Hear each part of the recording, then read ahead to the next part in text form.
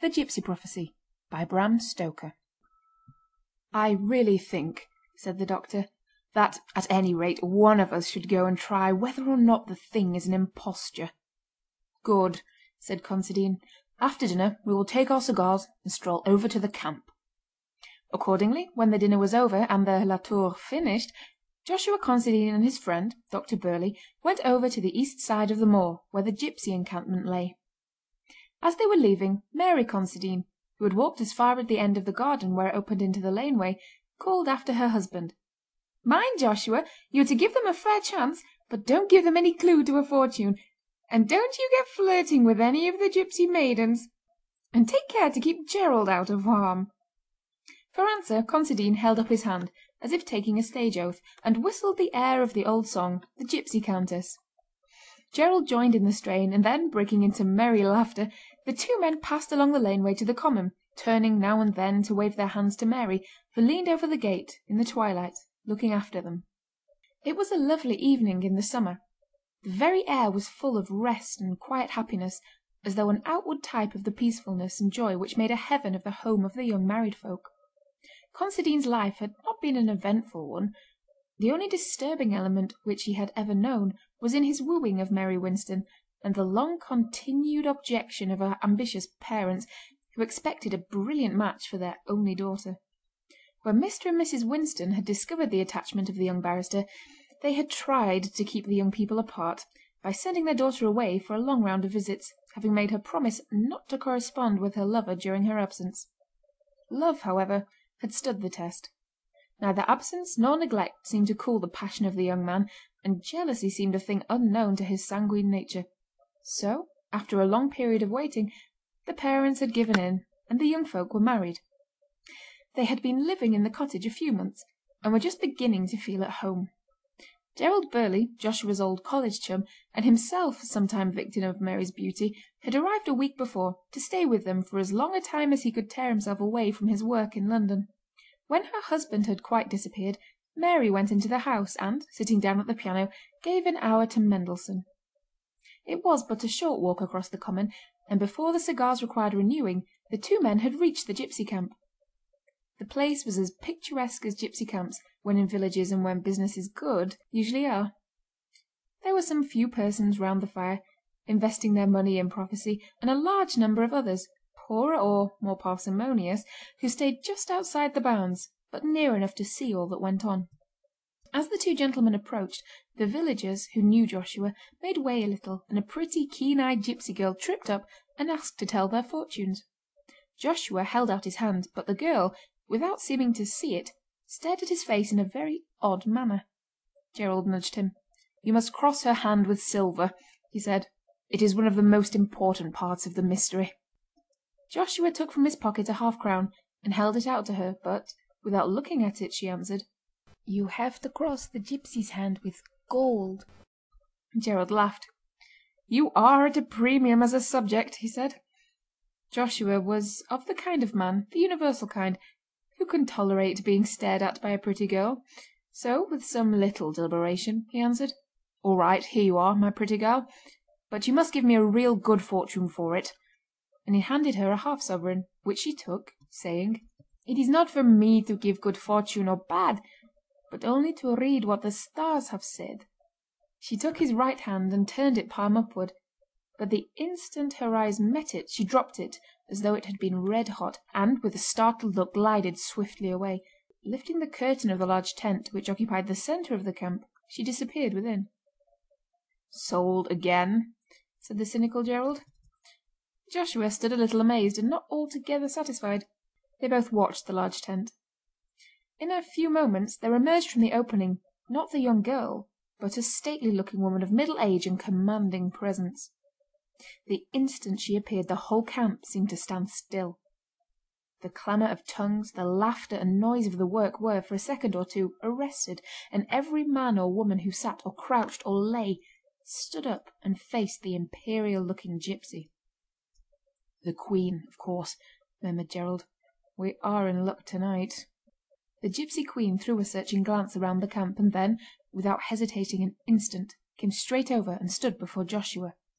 "Hold out your hand," she said in a commanding tone. Again Gerald spoke sotto voce. "I have not been spoken to in that way since I was at school. Your hand must be crossed with gold?" 100% at this game, whispered Gerald, as Joshua laid another half-sovereign on his upturned palm.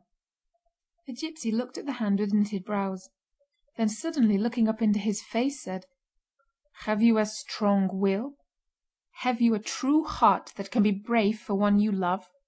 "I hope so, but I am afraid I have not vanity enough to say yes."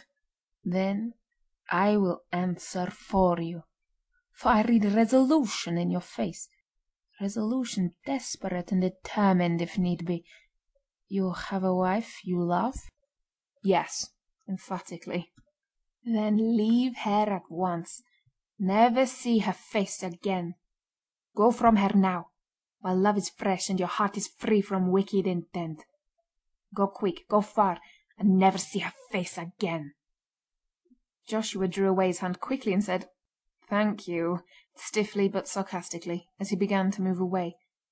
"I say," said Gerald, "you're not going like that, old man. No use in being indignant with the stars or their prophet. And, moreover, your sovereign, what of it? At least, hear the matter out." "Silence, ribald!" commanded the Queen. "You know not what you do. Let him go, and go ignorant if he will not be warned." Joshua immediately turned back. "At all events, we will see this thing out," he said. "Now, madam, you have given me advice, but I paid for a fortune." "Be warned," said the gipsy. "The stars have been silent for long. Let the mystery still wrap them round." "My dear madam, I do not get within touch of a mystery every day, and I prefer for my money knowledge rather than ignorance. I can get the latter commodity for nothing when I want any of it." Gerald echoed the sentiment. "As for me, I have a large and unsaleable stock on hand." The gipsy queen eyed the two men sternly, and then said, "As you wish. You have chosen for yourself, and have met warning with scorn, and appeal with levity. On your own heads be the doom." "Amen," said Gerald. With an imperious gesture, the Queen took Joshua's hand again and began to tell his fortune. "I see here the flowing of blood. It will flow before long. It is running in my sight. It flows through the broken circle of a severed ring." "Go on," said Joshua, smiling. Gerald was silent. "Must I speak plainer?" "Certainly. We commonplace mortals want something definite. The stars are a long way off, and their words get somewhat dulled in the message." The gipsy shuddered, and then spoke impressively. "This is the hand of a murderer, the murderer of his wife." She dropped the hand and turned away. Joshua laughed. "Do you know," said he, "I think if I were you I should prophesy some jurisprudence into my system. For instance, you say, 'This hand is the hand of a murderer.' Well, whatever it may be in the future, or potentially, it is at present not one. You ought to give your prophecy in such terms as 'the hand which will be a murderer's,' or rather, 'the hand of one who will be the murderer of his wife.' The stars are not really good on technical questions." The gipsy made no reply of any kind, but, with drooping head and despondent mien, walked slowly to her tent and, lifting the curtain, disappeared. Without speaking, the two men turned homewards and walked across the moor. Presently, after some little hesitation, Gerald spoke. "Of course, old man, this is all a joke, a ghastly one, but still a joke. But would it not be well to keep it to ourselves?" "How do you mean?" "Well, not tell your wife. It might alarm her." "Alarm her? My dear Gerald, what are you thinking of? Why, she would not be alarmed or afraid of me if all the gipsies that ever didn't come from Bohemia agreed that I was to murder her, or even to have a hard thought of her, whilst so long as she was saying Jack Robinson." Gerald remonstrated. "Old fellow, women are superstitious, far more than we men are. and also they are blessed or cursed with a nervous system to which we are strangers. I see too much of it in my work not to realize it. Take my advice, and do not let her know, or you will frighten her." Joshua's lips unconsciously hardened as he answered, "My dear fellow, I would not have a secret from my wife. Why, it would be the beginning of a new order of things between us. We have no secrets from each other. If we ever have, then you may begin to look out for something odd between us." "Still," said Gerald, "at the risk of unwelcome interference, I say again be warned in time." "The gipsy's very words," said Joshua. "You and she seemed quite of one accord. Tell me, old man, is this a put-up thing? You told me of the gipsy camp. Did you arrange it all with Her Majesty?" This was said with an air of bantering earnestness. Gerald assured him that he only heard of the camp that morning, but he made fun of every answer of his friend, and in the process of this raillery the time passed and they entered the cottage. Mary was sitting at the piano, but not playing. The dim twilight had waked some very tender feelings in her breast, and her eyes were full of gentle tears. When the men came in she stole over to her husband's side and kissed him. Joshua struck a tragic attitude. "Mary," he said in a deep voice, "before you approach me, listen to the words of fate. The stars have spoken, and the doom is sealed." "What is it, dear? Tell me the fortune, but do not frighten me." "Not at all, my dear. But there is a truth which it is well that you should know. Nay, it is necessary so that all your arrangements can be made beforehand, and everything be decently done and in order." "Go on, dear. I am listening." "Mary Considine, your effigy may yet be seen at Madame Tussaud's. The juris imprudent stars have announced their fell tidings that this hand is red with blood. Your blood." "Mary! Mary! My God!" He sprang forward, but too late to catch her as she fell fainting on the floor. "I told you," said Gerald. "You don't know them as well as I do." After a little while Mary recovered from her swoon, but only to fall into strong hysterics in which she laughed and wept and raved and cried, "Keep him from me, Joshua, my husband!" and many other words of entreaty and of fear. Joshua Considine was in a state of mind bordering on agony, and when at last Mary became calm he knelt by her and kissed her feet and hands and hair, and called her all the sweet names and said all the tender things his lips could frame. All that night he sat by her bedside and held her hand. Far through the night and up to the early morning she kept waking from sleep and crying out as if in fear, till she was comforted by the consciousness that her husband was watching beside her. Breakfast was late the next morning, but during it Joshua received a telegram which required him to drive over to Withering, nearly 20 miles. He was loath to go, but Mary would not hear of his remaining, and so before noon he drove off in his dog-cart alone. When he was gone Mary retired to her room. She did not appear at lunch, but when afternoon tea was served on the lawn under the great weeping willow, she came to join her guest. She was looking quite recovered from her illness of the evening before. After some casual remarks she said to Gerald, "Of course it was very silly about last night, but I could not help feeling frightened. Indeed, I would feel so still if I let myself think of it. But after all these people may only imagine things, and I have got a test that can hardly fail to show that the prediction is false. If indeed it be false," she added sadly. "What is your plan?" asked Gerald. "I shall go myself to the gipsy camp and have my fortune told by the Queen." "Capital. May I go with you?" "Oh no, that would spoil it. She might know you and guess at me, and suit her utterance accordingly. I shall go alone this afternoon." When the afternoon was gone Mary Considine took her way to the gipsy encampment. Gerald went with her as far as the near edge of the common and returned alone. Half an hour had hardly elapsed when Mary entered the drawing-room, where he lay on a sofa reading. She was ghastly pale, and was in a state of extreme excitement. Hardly had she passed over the threshold when she collapsed and sank moaning on the carpet. Gerald rushed to aid her, but by a great effort she controlled herself and motioned him to be silent. He waited, and his ready attention to her wish seemed to be her best help, for in a few minutes she had somewhat recovered, and was able to tell him what had passed. "When I got to the camp," she said, "there did not seem to be a soul about. I went into the centre and stood there. Suddenly a tall woman stood beside me. 'Something told me I was wanted,' she said. I held out my hand and laid a piece of silver on it. She took from her neck a small golden trinket and laid it there also, and then, seizing the two, threw them into the stream that ran by. Then she took my hand in hers and spoke, 'Naught but blood in this guilty place,' and turned away. I caught hold of her and asked her to tell me more. After some hesitation she said, 'Alas, alas! I see you lying at your husband's feet, and his hands are red with blood.' Gerald did not feel at all at ease, and tried to laugh it off. 'Surely,' he said, 'this woman has a craze about murder.' 'Do not laugh,' said Mary. 'I cannot bear it.' And then, as if with a sudden impulse, she left the room.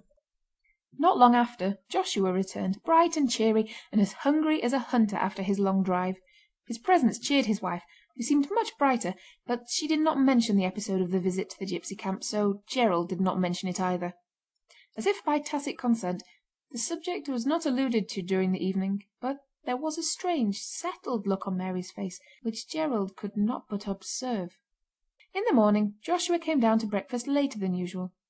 Mary had been up and about the house from an early hour, but as the time drew on she seemed to get a little nervous, and now and again threw around an anxious look.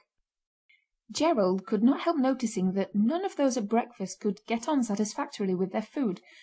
It was not altogether that the chops were tough, but that the knives were all so blunt.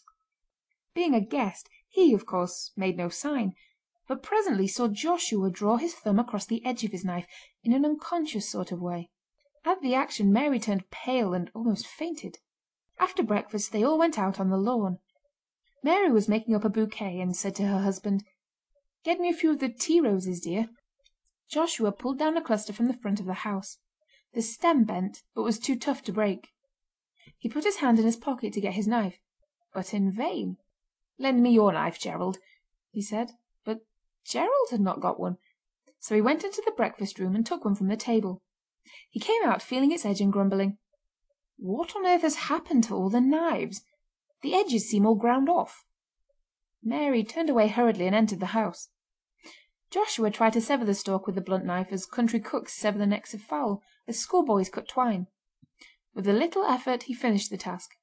The cluster of roses grew thick, so he determined to gather a great bunch. He could not find a single sharp knife in the sideboard where the cutlery was kept, so he called Mary, and when she came told her the state of things.